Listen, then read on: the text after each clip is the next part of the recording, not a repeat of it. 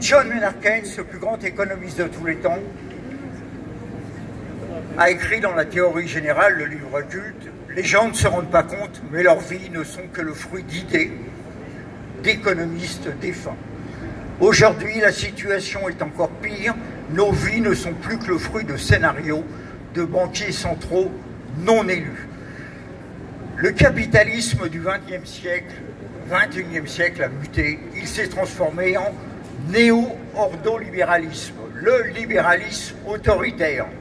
Le libéralisme autoritaire ne reconnaît plus que deux ennemis, le fascisme et l'islamisme, en sachant que le fascisme contenu dans un parlement, comme ça se passe en Italie ou même comme ça se passe en France, est considéré comme un gage de sérieux pour la money power, pour l'ordre de la dette et le pouvoir créancier.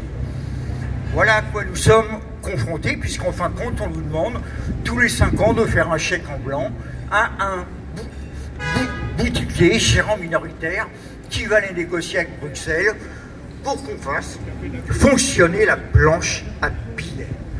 Et oui, car en période de crise, vous le savez, même les billets font la planche.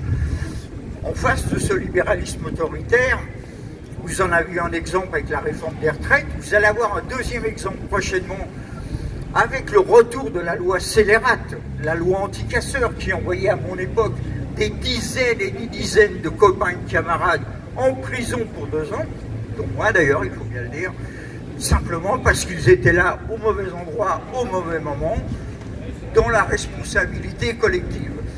Vous en aurez dans la suite un exemple qui va sortir avant septembre avec la loi sur les fake news et les propos offensants qui pourront envoyer chacun d'entre nous en prison.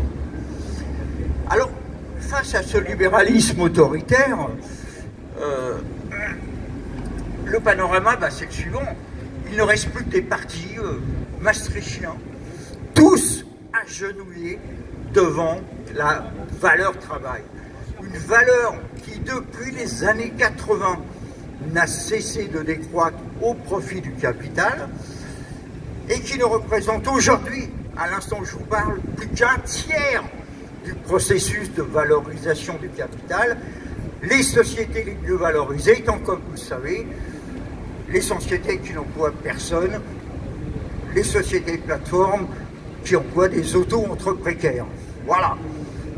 Face à cette... Alors, nous demander aujourd'hui, clairement, de nous agenouiller devant une valeur travail que notre ennemi, le capital, ne lui reconnaît plus, c'est tout simplement nous demander d'être le cocu qui paye la chambre. De même, avec la guerre sans guerre, qui sert de prétexte à financer une transition écologique, que ni les élites, ni les maxi-profiteurs de la crise ne veulent financer, c'est encore une deuxième fois nous demander d'être cocu qui paye la chambre. Alors, n'en déplaise à Bruno Le Maire, le célèbre romancier économiste, eh bien non, nous ne nous mettrons pas en posture d'offrande. En posture d'offrande, nous avons compris il y a très longtemps que le sol n'est jamais assez loin pour celui qui désire se soumettre. Eh bien, nous allons continuer à marcher debout, et c'est dans ce sens-là que j'ai répondu à l'appel de Faïd Kassem pour la constitution d'un nouveau CNR. Merci. C'était Monsieur Crépin, gilet jaune constituant. Monsieur Crépin, gilet jaune constituant.